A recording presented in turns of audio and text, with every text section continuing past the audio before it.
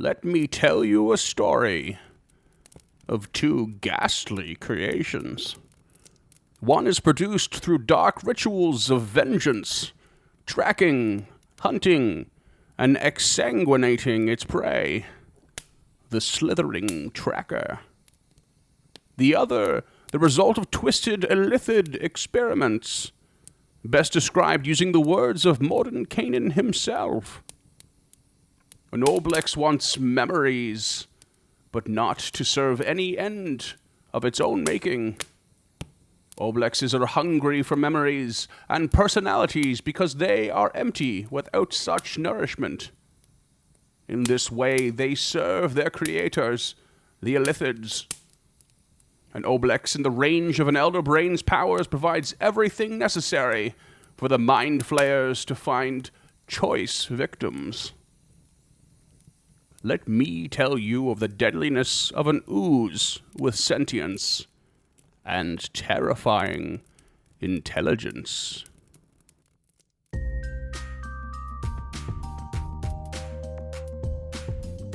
Hey there, creatures, and welcome to Encounter This, a podcast exploration of the creatures from Dungeons & Dragons and the lore that surrounds them. Hello there, creatures. Welcome to another episode of Encounter This.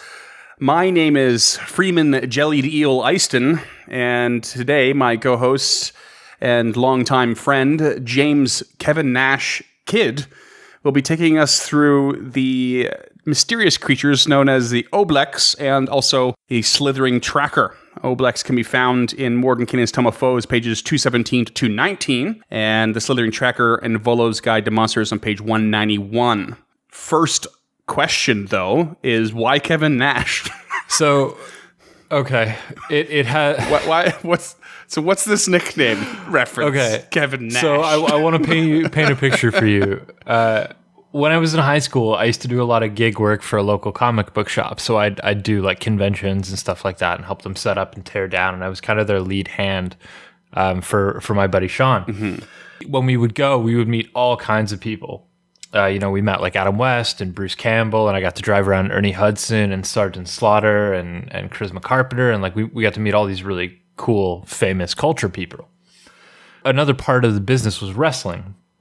So Kevin Nash was there one year, and Sean is single-handedly responsible for all of my nerdiness. Like, he's the kind of guy who drilled me to fit. So I learned, what all the Dreadnoks names were in G.I. Joe. He's the reason I can name all the Seekers and Transformers. Like, he really, really put the grind in me.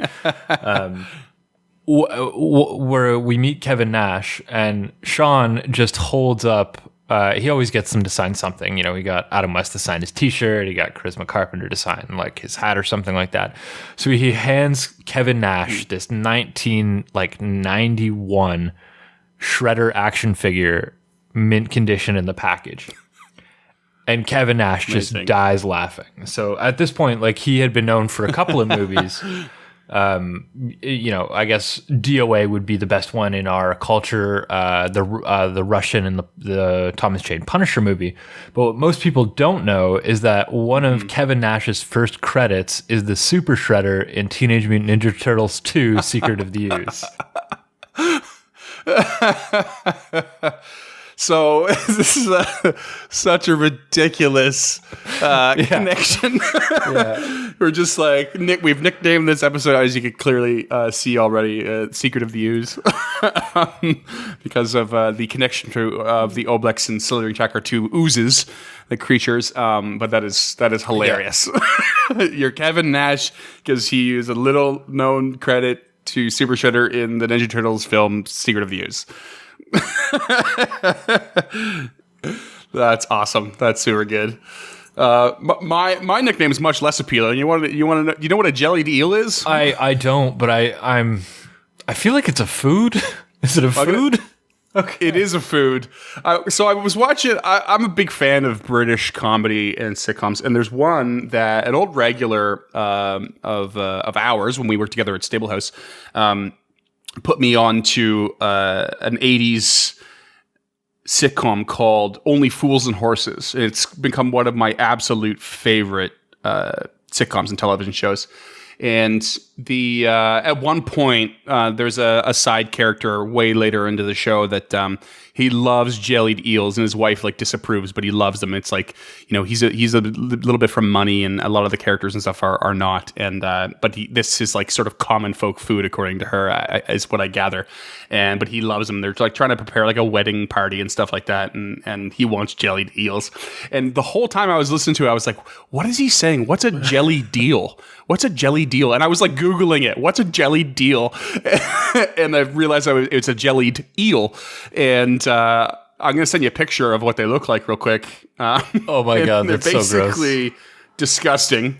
They originated in the 18th century in the East End of London. This is on the wiki. The dish consists of chopped eels boiled in a spice stock that is allowed to cool and set, forming a jelly, and is eaten cold. I'm going to throw up. It's one of the most unappealing things I've ever seen. I just thought, we're connected to the oozes. There's the gelatinous cube. There's the ochre jelly. Why not a jellied eel?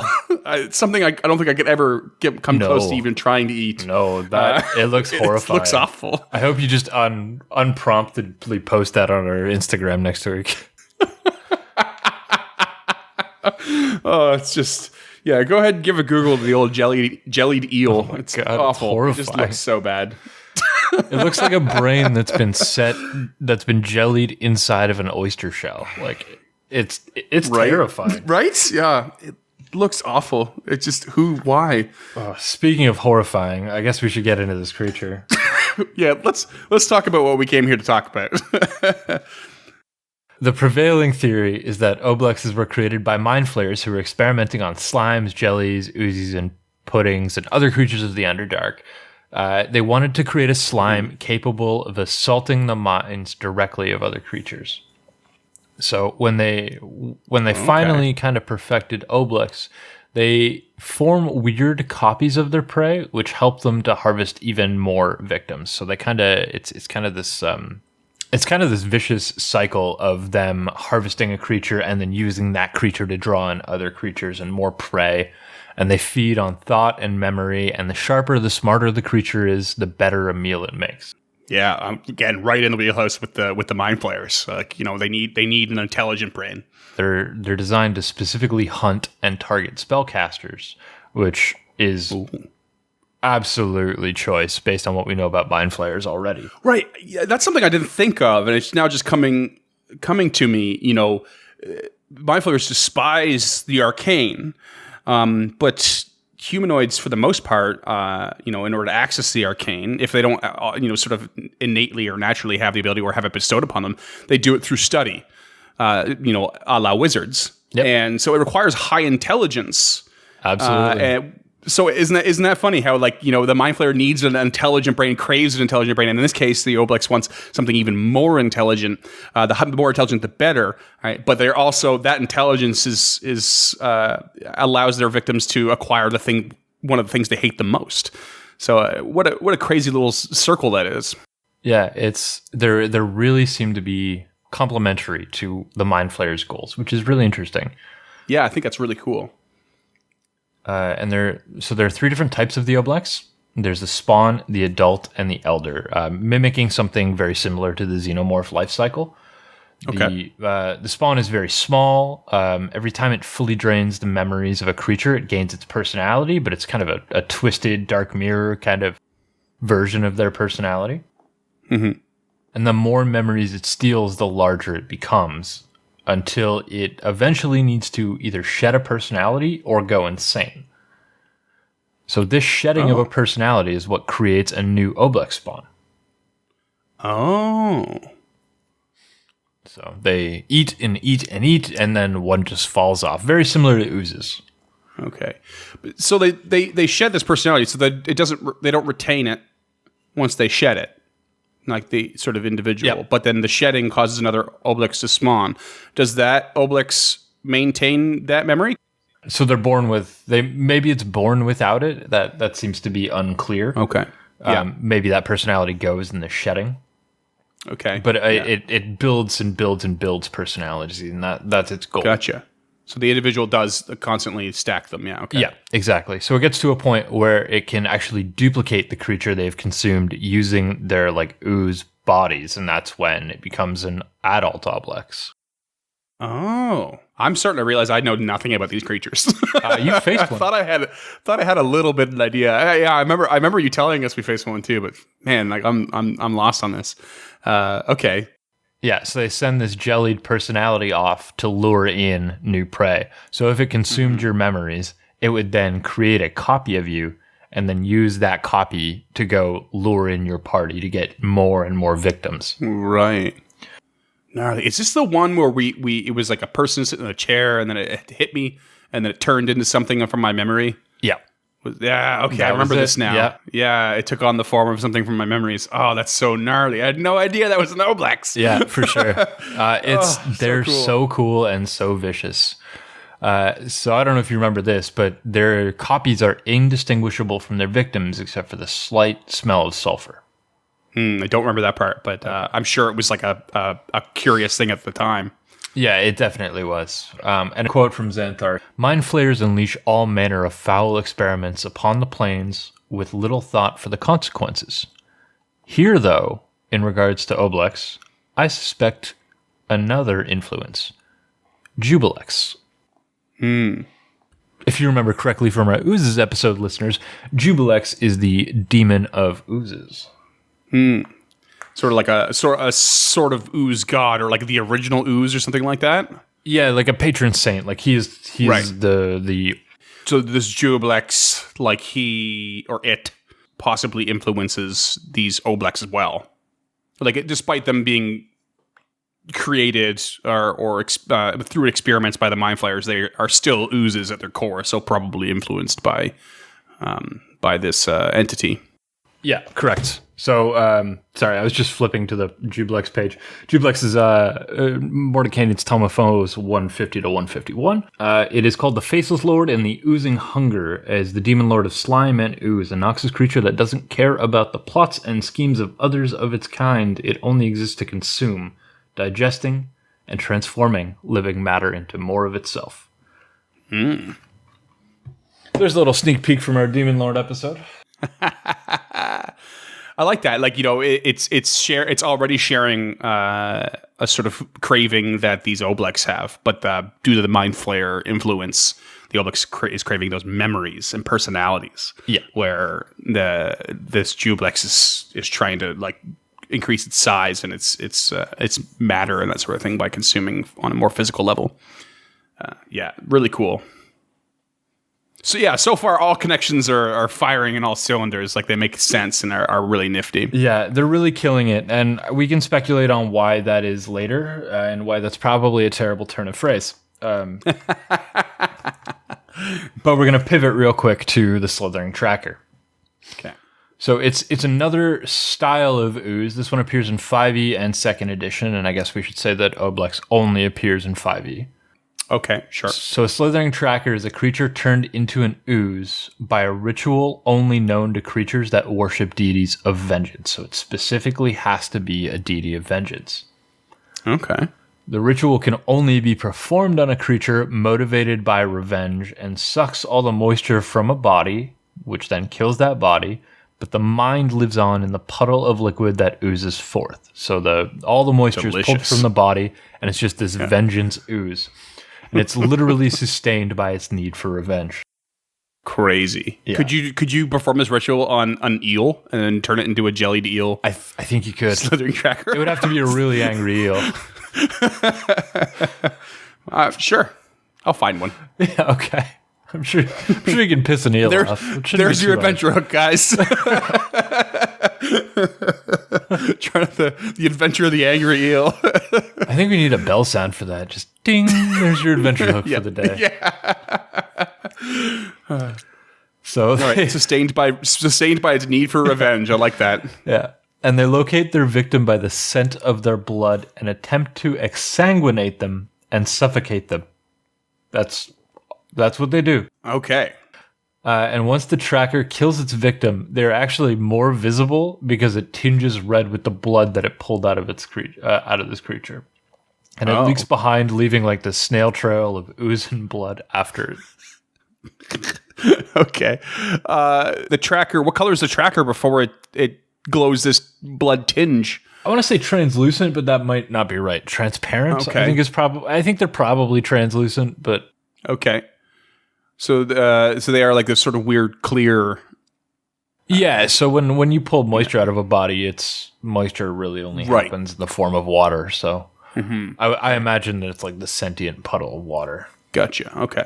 Cool. So probably translucent. It's a good visual idea there. It's it's just like this clear puddle of water like moving around, and then it sucks a bit of blood, and it's just like starts to turn red. Oh, that's dark. I love the image of this thing in Vola's Guide to Monsters is something that's always drawn me to it. It is horrifying. Yeah, isn't the one? It's like over someone's body or something. Yeah, and it's changing color because it's pulling the blood out of it. Yeah, so cool. That'll be on our Instagram. Oh yeah, I just pulled it up. Oh, it looks awesome. Oh, it's so nasty. Yeah, and it's like forming a face that's probably like the individual that was like sucking shit out of, right? Yeah. No, that's cool. The individual that it used to be. Oh, it used. Oh, okay. Yeah. Oof. Yeah. I'm shivering now. It's weird. That's what I'm talking about. So good. So when the Slithering Tracker finally kills the enmity of their vengeance, they either expand their search for vengeance, like maybe going after their family or their friends, or they just go completely fucking mad and start attacking everything they see without hesitation or pause. Sweet. I love the idea of like, it's like, it kills him. He's like, oh, okay, well, now I'm going to go get your wife, then your kids, and then your first cousins, and your uncles, your second cousins. It's just like, go down the list. You made this person or creature mad enough to want to die to get back at you. So like that's a thing. That's definitely a thing. So, since it's a human ooze and we're talking about Oblex, which is a brand new creature, unfortunately, folks, there is not any real world lore or correlation other than our grasping at straws for the marvelous title of this episode, The Secret of the Ooze. Because I think that's just a perfect title. However, on a little more solemn note, the Oblex was created by Nolan Whale as part of the Make-A-Wish program. What? Yeah, so the whole concept of mind flayers experimenting on ooze was Nolan's idea, and as part of the Make-A-Wish program, we got to hang out with Jeremy Crawford for a day, and they took that idea and they ran with it, and that's how the Oblex were formed. Super cool. Yeah, so there'll be a link to that in the show notes, the video of Jeremy Crawford actually talking about this. It's really cool, really heartwarming. That's really nifty. So, like, do we have like what's this? So we have Oblex and Slithering Tracker. They are technically separate creatures, correct? Technically separate creatures, yes. Okay, and so Oblex is created by experimentation from the Mind Flayers. What about the Slithering Tracker? Do they have any connection to the Mind Flayers particularly? Unfortunately, not. Oblexes? No, okay. Almost none, other than the fact that it's just kind of an ooze that didn't fit with the other ooze, and it doesn't really fit with these oozes. So it's either shoehorn it in here or kind of leave it out altogether. Yeah, that's fair, because their sort of origination is not really the same as either. It's so unique. I've never read anything like that before, and that's why I wanted to leave it out of the oozes episode. Mm-hmm. Because they're sentient is kind of why I threw them. We decided to put them in this episode. Right. I remember us talking about that, and that's like the big standout thing is they're the only creature in that sort of ooze category that is sentient. Is that correct? Other than the Oblex, yeah. Other than the Oblex, okay. Okay, cool. That's really nifty. Yeah, they're cool listeners. We highly encourage you to check them out. And while you're at it, if you're anywhere in the Vancouver area, we highly recommend you check out Strange Fellows Brewing. Oh, yeah. Listen to that. Oh, that's the good stuff. The top dog when it comes to... That's how you know it's going to be a short episode. 22 minutes in pre-edit, and we're already at the mechanics. It's okay, the last one was so long. Oh my god, the last one was so long. So long. People are loving that D&D joke, though. Oh yeah, you messaged me about that today. A lot of good who's loving that? Who's loving that? Most of our Patreon subscribers. D&D. Yeah. If you hate that, message us on Instagram. But if you love it, tweet at us. No, I think it's like any good pun. the more you groan and hate it, the better it was. It should be divisive. And to be fair, the only people who have really told me that they really enjoyed it were my friends. So, we were talking about Blackmail Stout there, though, and it's fucking delicious, and we highly recommend that you drink it every day for the rest of your life. Yeah, sure. I'll get behind that. Yeah. Encounter This says have a beer once a day. 9 out of 10 doctors have an opinion on that. Yeah, I'm sure they do. I'm sure they're in our side too. Yep, obviously. Such a hard job. So since before the most awkward ad break we've ever had, we discussed how the Slithering Tracker is the odd man out. I think we should just skip ahead and knock them out mechanically. Reasonably, we can't. Yeah, for sure. I'm down with that. Although I'm reasonably sure that's not it's probably on the top. But I'd be willing to bet we've done a more awkward ad break. Write in and listen. Write in and let us know what's our most awkward ad break. Awkward one is. Okay, so we're gonna do Slithering Tracker. Yeah, so we're gonna do Slithering Tracker. So we're gonna skip ahead. Okay, let's do that. Let's do that. Okay, I'm down. So, what CR do you think these guys are? Yeah, that's a tough one because they seem really dark and dangerous, but that's not. We've quickly learned that that's no indication of CR. Nor is combat value, apparently. Yeah, I want to go. I want to go on the lower end because I feel like I'm getting a Nothic feel.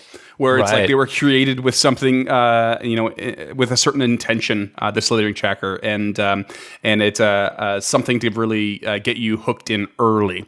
I love the idea that maybe they could become more and more powerful the more personalities they get, alongside becoming possibly more erratic. But stock standard, I'm going lower end, less than CR5. That's what I'm investing. You would be right. They are a CR3. And now that you're saying that, I'm wondering if they're actually a creation of friend of the show, Jonathan Tweet, because he was at the company around that time. Yeah.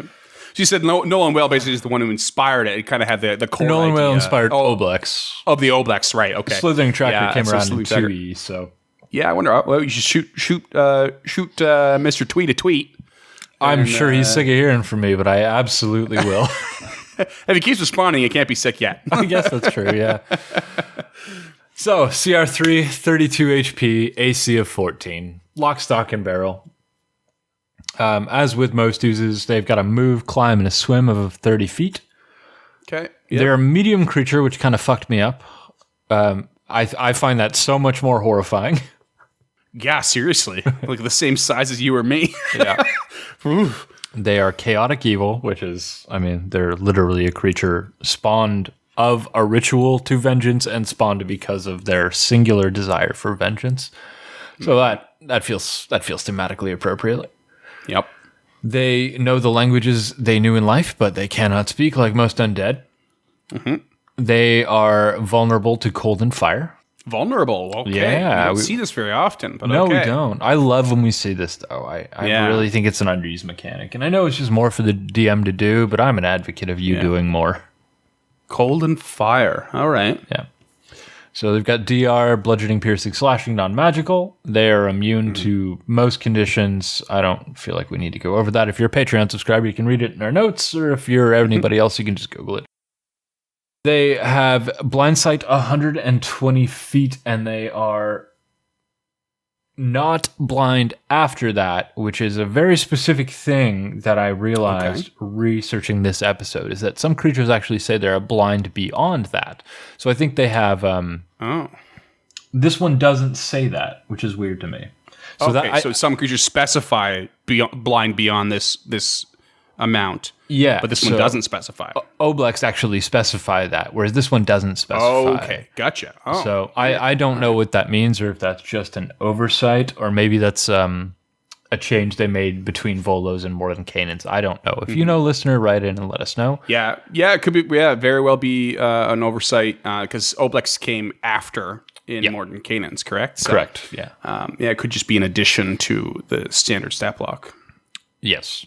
And it is a big stat block for the Slithering Tracker. So they've got a bunch of traits. A complicated CR3. I like this. Yeah. It all makes a lot of sense, but I don't think this would be an easy creature to run right out of the gate. Yeah, okay. So it has the ambusher trait, which means it has advantage on any creature it surprises in the first round of combat, which actually made me curious to whether or not surprise rounds are a variant rule, and I never got around to looking it up. I don't know. All I know is... Oh, yeah, that's a good question. I don't know if surprise rounds are variant. Because flanking is a variant rule. Flanking's variant, and so are feats. Right, yes. Those are the two main ones that pop out. I'm sure there's a couple, at least a handful others, or one or two others. But yeah, stuff that have gotten pushed from other additions into the background. Yeah. So this makes me wonder if surprise rounds are a variant. Yeah. Tweet at us. Let us know if surprise rounds are a variant rule. It has the trait damage transfer, which is one of my favorite traits that I think we've ever will talk about on the show. So while grappling, which I'm sure you can imagine is this creature's thing, it only takes half the damage dealt to it, and the other half of the damage goes to the creature that it's grappling. Oh. That's a fast way to fuck your party. Yeah, let me guess. This thing, like, has a quick grapple mechanic of some kind, too? Is it like no. Get in there and try to? I wish it did, but it's only a CR3, so it's not a quick grapple. Right, all right. It does have a grapple ability. That might be a good homebrew spot right there. Talk about that. I agree completely. Okay. False appearance. DC 18 investigation check to distinguish it from a puddle while motionless. We saw something very similar to this in the other oozes. Mm-hmm. Keen tracker, a very common trait. Advantage on wisdom checks to track prey, so survival checks. Yep. Another ooze ability, liquid form, can enter an enemy's space and stop there, and can squeeze through a space about 1 inch wide without squeezing. Spider climb can climb difficult surfaces without an ability check, which is reflected in its movement speed. Right. Another really cool one, which I never thought about, but reflects the fact that it's literally made of water, which I thought I made up on the spot, but apparently I read it here. Watery stealth. Watery stealth, okay. So while underwater, it has advantage on stealth checks to hide and can take the hide action as a bonus action. So that would lead me to reinforce my belief that it's the water that's been pulled from the creature. Vengeance-infused water. I think this is the new power thirst. Now, I imagine that, like, if it remained still in water, it would be even more difficult to detect with that false appearance attribute. I mean, if it's water, I'm immediately thinking of the creature water weirds. They're like an elemental, and if they're in water, you basically just can't see them. And they can like lash it with tendrils outside of the water, but you still have to like roll this crazy perception check to spot them, if I remember correctly. I haven't used a water weird in ages, but it seems about right. Yeah. Some of these like seem to me already that they're a bit of covering your bases stuff. So I mean, the keen tracker. You know, what DM is actually determining whether or not this thing is tracking the party from across the city. I mean, I guess you can do that, and it'll slowly determine, you know, as you're doing it, it'll slowly determine how quickly it finds them. I just thematically that this creature is designed to hunt down a party member. Mm-hmm. I think that fits. Also, I have used the Keen Tracker ability before. Oh, have you? Yeah, it's really great on dungeon dives. So when something's following you through the Underdark, instead of just assuming that it follows you, you know, you roll the check to see if it makes the right turn kind of thing, which I think is more fair. Right. And then you have like spider climb. Like, to me, you're covering your base there because it's got a climb speed. So I guess that is sort of necessary to like say, oh, it can get onto the ceiling as well. Yeah. Well, unfortunately in 5e, any climbing requires an ability check, and the spider climb ability just negates that ability check. Even with a climb speed, you have to do an ability check? Yeah. So if you climb... Definitely never done that. God, I think in 5e, let me know when I'm wrong here, listeners, because some of this is going to be wrong. I believe in 5e, you climb at half your movement speed, unless you have a climb speed, and then you climb at that speed, but it's with a successful athletics check. Oh, that makes sense. Okay, I'm getting it now. So having a climb speed just allows you to not have to move at half speed, but you still have to do the check. I think so. Yeah, okay, that makes sense. So normally you'd move at 15 feet, but if you have a climb speed of 30, you roll the athletics check, and if you're successful on that athletics check, that allows you to climb, but the climb speed dictates how fast you can move while you're climbing. Gotcha. And then, of course, depending on the surface you're climbing, your DC is going to be a certain level. Yeah. So, if you're climbing if you have a climb speed and there's loads of branches on a tree, I probably wouldn't even bother making a roll. Yeah. If you're obviously trying to climb like a sheer cliff, good luck. Yeah, because I think climbing with a rope is like DC 5 or something like that. So right, yeah. Okay. Yeah, okay, that makes sense. That's a good justification for that. I didn't really think of it that way. I think that's how it works. I am ready to be corrected because It I makes have sense to learned me. this. If it doesn't work that way, then it should. I do not know 5e that rules really as makes good sense. as I thought I did. Seriously. How bad is we're the 5e podcast and we're like so out of touch with the rules at this point? I'm going to cut that part out. I'll tell you that right now. Yeah, we've got that out. No. We've got a good solid foundation just for these general tabletop RPGs. So I think we're fine. For sure. Yeah. We just don't have all the nitty gritty every time. No, that's what the books are for, and that's what. Right. All right. So that's your traits. We got some attacks. Yeah, we have a couple. There's nothing here that really blows me away. They have a slam attack, which is +5 to hit, 5-foot reach, 1d10 +3 bludgeoning, which is pretty dope. Mm-hmm. Yeah, that's a solid hit. So they also have another attack called Leech Life. A creature up to size large, which might be the worst grammar I've used on this show so far, needs to make a DC 13 dexterity save or is grappled. The escape DC is 13, and the target is restrained and unable to breathe unless it can breathe water.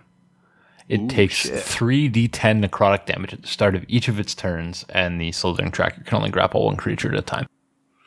Oh, damn. 3d10's big. Yeah. And necrotic, you're not likely to have resistance to that at level 3. I don't think you... I can't think of an ability that gives you resistance to necrotic, period. I'm relatively sure there's some buried into either the archetypes of a cleric or paladin, or possibly a warlock. You might be right. Yeah. But I off the top of my head, I couldn't name what they would be and where and what level. But I don't think it would be at level 3. I feel like it's like a level 5 or 6. That passive feels you like would acquire more when you get resistances. Yeah. Or water breathing, which is pretty cool. Right. Yeah. Sure. So that's the thing right there. If it caught you underwater, but you happen to maybe cast water breathing, you might be a little lucky there. Or even if you have the world's strangest wizard. Yeah. Yeah. But 3d10 is big. Like, this thing will end you in probably 2 rounds.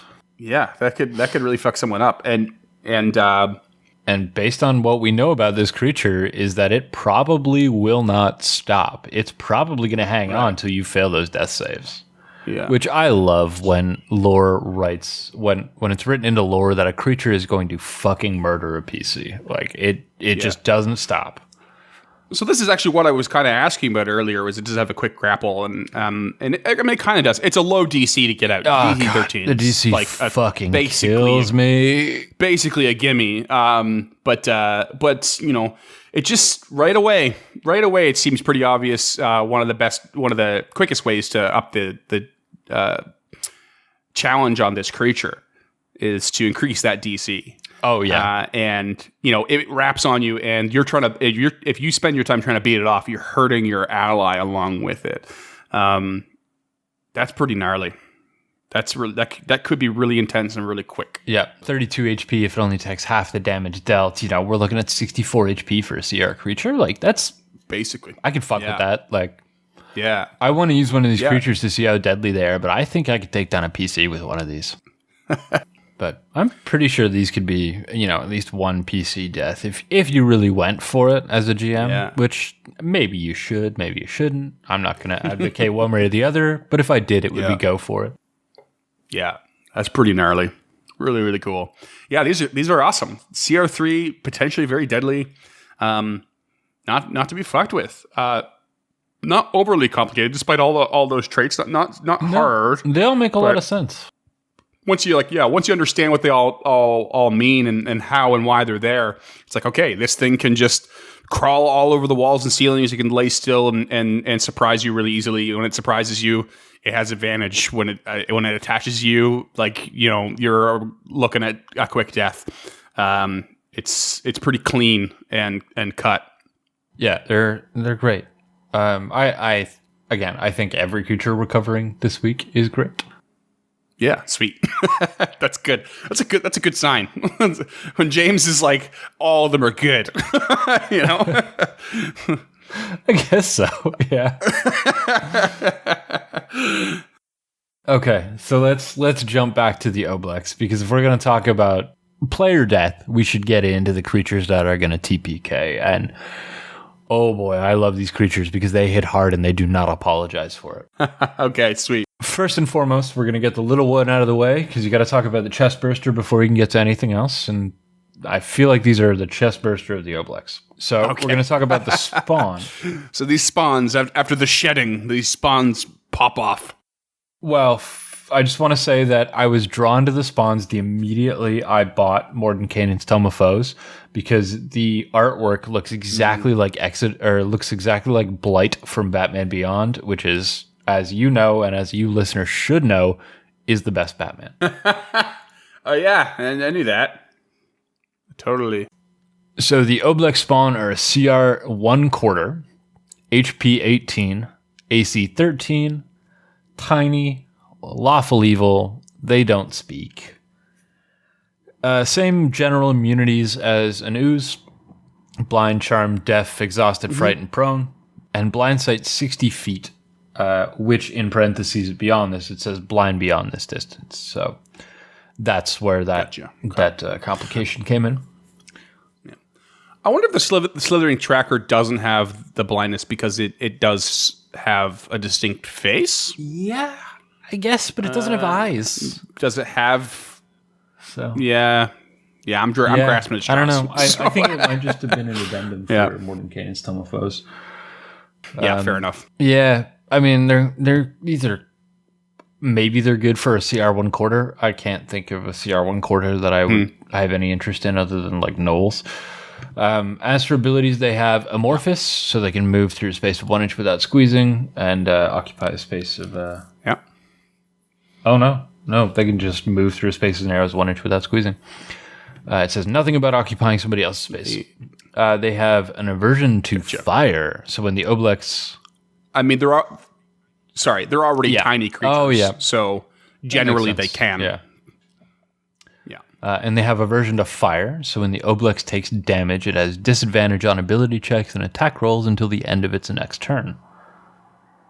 So I don't know if that's thematically entwined with the Mind Flayers or not. I think that was just a quick way of nerfing it.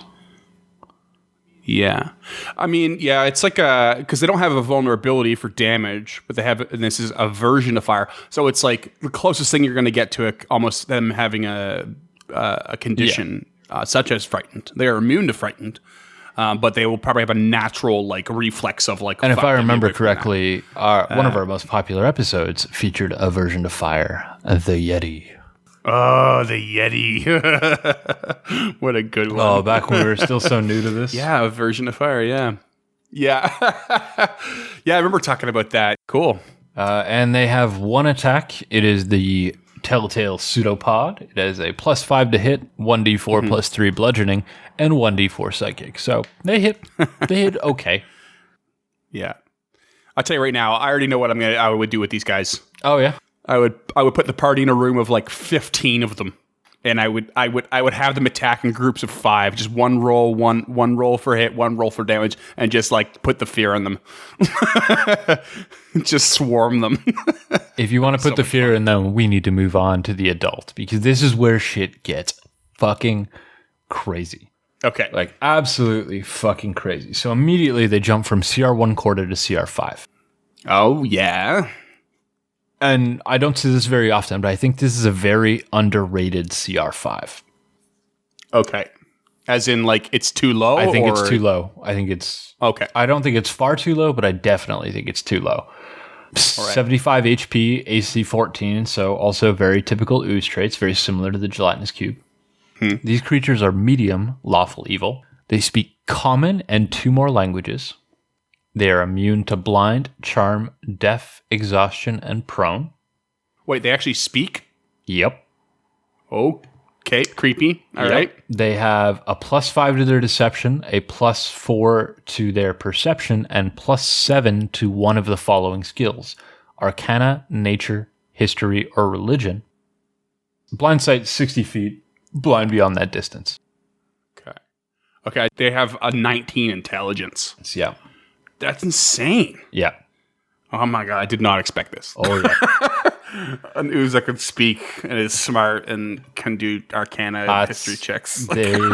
These are bad news. So they have the same amorphous and aversion to fire abilities as the spawn. Mm-hmm. They also have innate spellcasting. So they have that 19 intelligence. So they use that +4 as their spellcasting ability. The save is DC 15. And 3 times per day, they can cast Charm Person at 5th fucking level. Jesus. Color Spray, Detect Thoughts, or Hold Person at 3rd level. Oh, man. Those are bad. Yeah. That is so Oh, my high. God. And Hold Person alone is is considered to be quite powerful. But Charm Person at 5th level, that's something else. And that's not even their worst trait. The next ability, Sulphurous Impersonation, is what makes these creatures just beautiful. Right. As a bonus action, it can extrude a piece of itself that assumes the appearance of a medium or smaller creature whose memories it has stolen. It looks, appears, feels, and sounds exactly like the creature it impersonates, except that it smells faintly of sulfur. All right. Ringing a bell. The adult can impersonate 1d4 plus 1 different creatures at a time. Each one is tethered to its body by a slime that can reach up to 120 feet. Which is very much reflected in the artwork. It's just it's identical, but it's tethered. It's literally attached. Yeah. Oh, man. And for all practical purposes, the simulacrum is the Oblex and disappears if that tether is no longer connected or there's no room for that 1-inch space for the tether to fit through. Crazy. So it just disappears. It just no longer exists. Yeah, the impersonation just disappears, and that's a fucking bonus action. As a bonus action, it can impersonate 1d4 plus 1 creatures. They just pop up. Oh my god. And so, it stays there until the tether is severed. Or it decides to dissipate them. Right. But does this, when it's hit, does this sort of image, this impersonation, when it's hit, does that take from the Oblex's hit point pool? Rules is written, for all practical purposes, it is the Oblex. It can cast spells. It takes from the Oblex's hit point pool. It can do... It's 2 attacks. Such a fuck with the minds of your players. Creature. Oh my god. It's so good. The best part is that it gets worse. So its attacks, it has multi-attack, which specifies that it can do 1 pseudopod and 1 attack called Eat Memories. Okay. So its pseudopod is a +7 to hit, 1d6 plus 4 bludgeoning, and 2d4 psychic. Okay. So it doesn't hit that hard. Mm-hmm. But again, psychic damage you're not likely to have resistance to. And I can't think of anything that would give you resistance to psychic other than a spell. Yeah, the only thing that comes off the top of my head might be one of the Bard colleges where they specialize in dealing extra psychic damage, but I'm not even sure. Yeah, that's so at the very least, there's some extra damage coming in there that's not likely to be resisted at the very least. So it hits pretty hard for, a CR5 creature. Mm-hmm. And in tandem to that, every round, it can eat memories. So one creature within 5 feet of the Oblex, and we have previously established that the simulacrum is the Oblex, is a DC 15 wisdom save, which, it's kind of a tweener. Mm-hmm. 4d8 psychic damage. Oof. And memory is drained until a rest, short or long, greater restoration, or any heal spell. Okay. The target must roll 1d4 and subtract it from any ability check or attack roll it makes. Oof. That's any and every. So every time they're doing ability check or attack roll between these rests or spells, they have to roll a d4 and subtract it. Unless it gets hit again. Okay. In which case the size of the die increases. So it goes from a d4 to a d6 to a d8. So for every eat memory attack, for every time a memory is drained, that die size increases. Die gets higher, yeah. Oh my god. Until it becomes a d20. Mm-hmm. When it reaches the d20, the target is unconscious for an hour, and then the effect ends. Okay. Jesus. Once the memory is drained, it's not over. The Oblex learns all of the languages the target knew and gains all of its skill proficiencies. Oh my god. This is outrageous. What the hell? Okay. So it's got multi-tack. It just whops you with the pseudopod, gives you a bruise, fucks with your brain, and then eat memories. So it's any creature within 5 feet of it. One creature. Yeah, And one it's just creature within 5 feet of it. And there's no real caveat. It doesn't have to hit with the pseudopod for that to happen. Nope. It just does it. Just does it. It doesn't have to be contact. Wisdom save. I mean, one creature in 5 feet. I imagine this functions as a touch spell. Okay, sure. But I mean, even touch spells usually you have to roll for. Assuming this is like more or less verbatim that you have. Well, it's a save spell. Yeah, it's pretty close. But there is no attack roll. Yeah, it doesn't have to be any physical contact of any kind. That's gnarly. Yeah. Yeah, it targets one creature it can see. And it just slowly drains your ability to like hit it and take it down. Yep. Oh man! I almost killed Kickshaw in this combat. I'm now like vaguely remembering having to roll a d4 and then having to roll a d6 and be like, what the fuck is happening? How long is this going to be a thing? Because even after the combat, I was still having to do it. I was like, I don't understand. Yeah. I remember this. Oh my god, that's so creepy. Yeah, I almost had Xaviera kill Kickshaw in this combat. Yeah, right? Oh man. That's so cool. Or no, Kickshaw almost killed Xaviera, the other way around. Because she then you broke your lance at the end of this. Oh, was that? Oh, was it? Because that wasn't the. Because that wasn't the. Oh no, that was the Slithering Tracker. No, you guys have never faced a Slithering Tracker. Okay, what was the one? The creature was sitting in the chair, and it kept forming things from my memory. That was the next creature we're going to talk about. Oh, that's the next. Okay, shit. Okay. An elder Oblex. Okay, I do remember. Okay, I do remember fighting the adult now because I remember having. Yeah, I almost killed Xavier and I broke my lance and refused to use it anymore because I felt so bad. Yeah. And then she mended it with the mend spell. Correct. Held on to it. So good. Okay, so now we've got the elder. Are you ready for that CR5 to get worse? I'm terrified. I'm so terrified.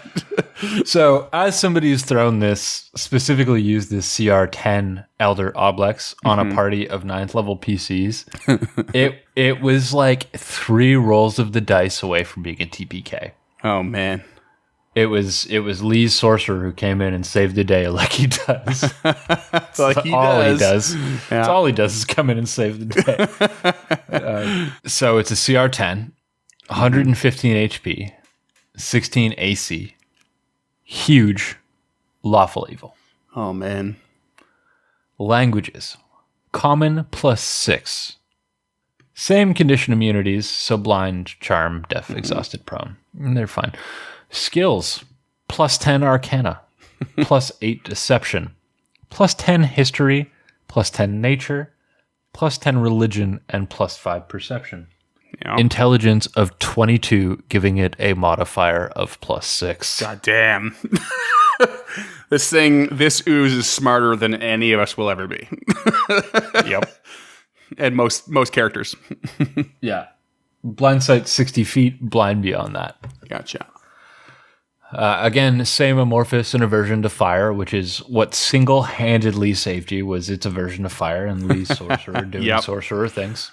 Spellcasting is intelligence +6 is the attack roll, and DC of 18, which is not a gimme. Nope, definitely not a gimme. At will, charm person of 5th level, detect thoughts, and hold person. This is why I almost killed Xaviera. At will. What the fuck?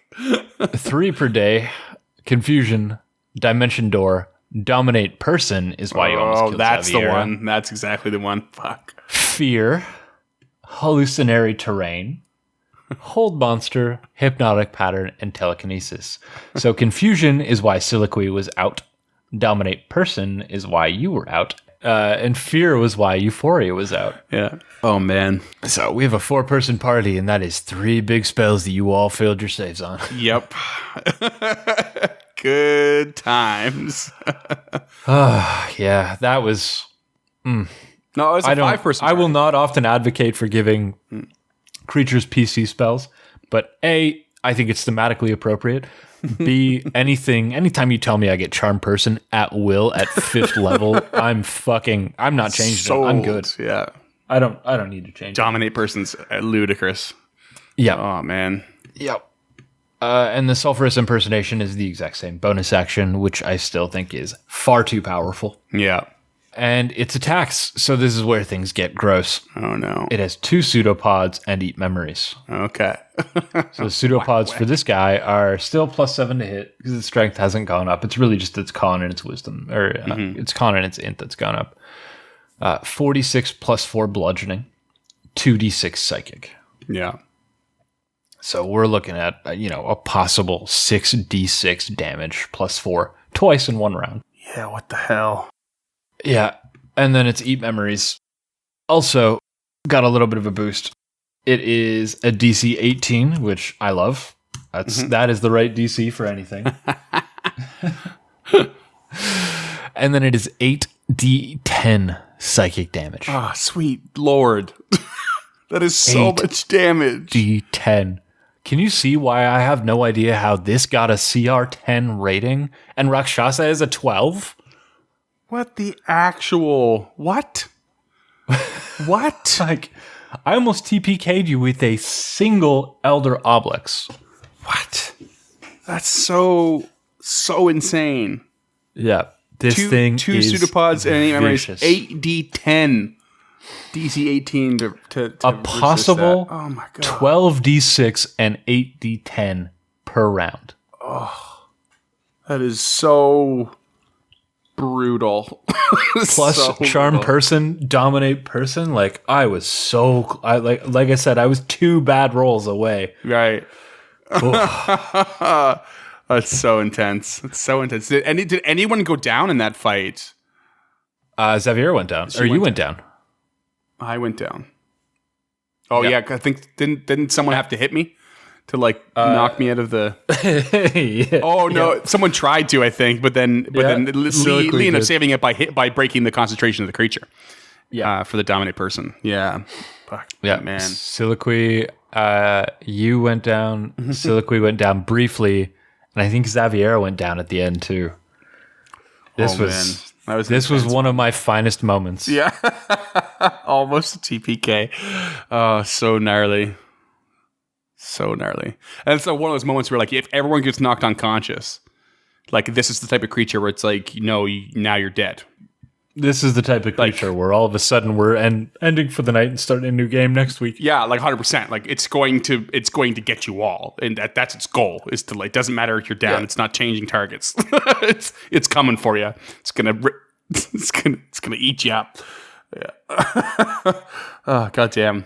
Wow. Yeah, that is intense. So powerful, and I was just so wholly unaware that what we were fighting. That's so cool.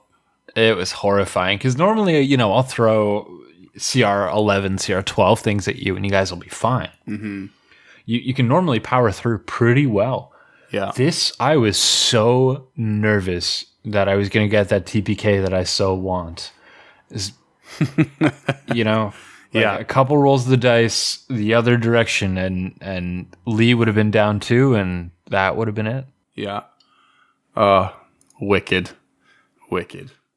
And artwork again, artwork in all 3 of these looks really, really cool. Or all 4 of them. They're fantastic. Your Spawn, your Adult, your Elder, and the Slithering Tracker, really top notch. Really, really cool. The Elder is horrifying. Yeah, I had no idea.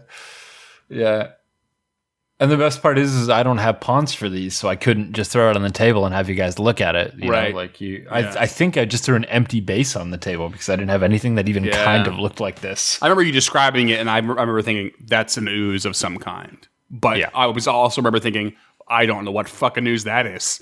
Because I have no idea what you've described is clearly an ooze, but it's not a gelatinous cube. It's not a fucking gray ooze. Like, it's huge. I don't know what this is. I'm terrified. And rightfully so. Yeah. This is a horrifying creature. So gnarly. Super cool. Yeah, I'm very satisfied with all of these. Yeah, me too, man. I'm very, very satisfied. And again, we don't give this disclaimer very often, but be very, very careful when playing with any of these Oblex other than the Spawn. Even the Slithering Tracker, because if things get out of hand for even a second, you're gonna kill a player. Properly dangerous creatures. Yeah. And I'm not against that. I think I've made that very clear. We usually promote like, make them a little more powerful. Let's get someone dead, but but if that's not the kind of game you're playing, you need to be very, very careful and very smart about this, because this is going to cause somebody to walk away from the table, especially with, like an Elder Oblex. Dominate person confusion, like they don't have a say in the matter, and that's kind of a problem for some players. Yeah. There's something I love about like a low level character death, and it can be really frustrating for some people. Where like, I want to explore at least a little bit more of their story or something like that. But I mean, there's a part of me that really wants to play in a really high death game where it's like a Game of Thrones or something, like you just never know when someone's gonna be popped, just gone. And like, I love the idea of the Slithering Tracker just like popping up out of nowhere. It's like, boom, grabbed you. And it's like, just starts sucking the life out of you. And you're like, you can't breathe. Like, did you have a chance to like, hold your breath? You're unable to breathe. You're drowning inside of this thing that's grappled you. And every time your allies hit it, like you're taking damage and boom, you're gone. And be like, oh, that's awesome. Yeah. That's one of the reasons I wanted to play that, the Dead and Thay game over at the Tales of the Yawning Portal, is because it's a high lethal encounter. Yeah. And I don't just advocate for other people's other players' deaths, listeners. I need you to know that every time I sit down at the table, I hope my character dies. Yeah, I think that's probably just the masochist in me. But like, there's so many classes and so many makeups out there that I want to play. Especially for some of the other games we play, like Pathfinder 1E and like Starfinder. Like, there's so many other things that I want to do that I always hope my character dies when I sit down at the table. Yeah. And I think like something like this, something so gruesome and deadly and out of control, like out of my control, I think would just be so wonderful to experience as a player. As a GM, I can tell you it is arousing. It is incredible to throw an Elder Oblex at an unprepared party of CR9 who have been beaten down. It is the stuff wet dreams are made of, listeners. So good. It's a good thing I wore my God Beast today. This is great. I mean, awesome. I see in your notes you see your homebrew 100% would not. That's great. I mean, I'm kind of the same. Other than like, I really love the idea, like I said earlier, that the Slithering Tracker, could have higher CRs based on just like how much it's actually managed to absorb, and the farther it's gone on its quest for vengeance. I like the idea of it getting more and more powerful. So I would do that. I don't know if I would add more in regards to traits and abilities. Maybe just bump the damage and bump the DCs or something like that, to keep it sort of at a level, like keep it usable at whatever level the party seems to be at. I agree. I might even after CR5, I'd probably get rid of the leech life altogether and just have that become part of the slam attack. So if you hit, you automatically grapple, and then starting the next round, they start suffocating. Okay, yeah, sure. Yeah, definitely. I almost wonder, I mean, and this would be certainly more complicated. This Slithering Tracker, like, it's killing these things. Is it pulling the memories like the Oblex does in personalities? It's not, is it? No, it's specifically pulling the blood. It's just specifically written that it exsanguinates its victims. In that case, maybe I was about to say like, oh, maybe it kills a caster and gains some innate spell casting. Maybe you could sort of consider that on the flavor level. It's like, okay, it killed a sorcerer, and sorcerer, it's a draconic bloodline sorcerer, so it gains a little like bit of a something. limited time fireball. I think that'd be pretty cool. Or maybe it drops its vulnerability to fire as a result. Fair. Something Also, like that. You kind of play with it. It's also like it is a being, or it used to be a being, so there's some possibility where it held on to some of its spellcasting ability too, if that's the route you want to go down. Right. Sure. Yeah. And you could also, and again, just with like resistances and that sort of thing, off the top of my head, I think, dwarves have a sort of advantage against poisons and that sort of thing. Yeah. So mayhaps they acquire something like that as well. Through sort of leeching the life and constitution and blood of certain creatures. Beyond that, I think that's the only amount of homebrew I would consider. But beyond that, I think it's just fine. Yeah, I think so too. If like anything, if you want it to keep up with players that are escalating, you need to homebrew it a little bit, and that's why. And if I were to go that route, I think it would be very much part of the adventure hook. Like there'd be someone in the party that's being hunted by this tracker, and they probably find out as they're going that certain people have died and they don't know how, but maybe they figure, whatever it is killing it is chasing me, and people are dying while they're being chased, and they know about it, and maybe they encountered it a few times, and each time they encounter it, it's got a little bit more of the people that it's killed, and these people are connected to them or something like that. Really drive that home. Yeah, I think that's a good plan. I think Slithering Tracker is one of the many creatures we've found that have been very thematic creatures, which the deeper we get into this, the more I find is a detriment, honestly. Okay. But you're right. It very much is a plot hook creature, and I like that. But throwing that into any random game, I find very hard. One of the reasons I think like goblins and kobolds are iconic is because they're just creatures. They just exist. Right. You can throw them into the game wherever the fuck you want. Yeah. Or something like a Slithering Tracker specifically has to have the enmity of, not necessarily a party member, but somebody's party adjacent. Mm-hmm. So it's a very specific circumstance in which you would encounter something like that. For sure. Or maybe some of the listeners have other ideas. How would you use a Slithering Tracker, or how are you going to kill your party with an Oblex? Let us hear all about it. Please send us an email at info@encounterthis.ca. Hit us up on Twitter @encounterpod. We exist on Facebook @encounterpod. You can find us on Instagram @encounter.pod because social media.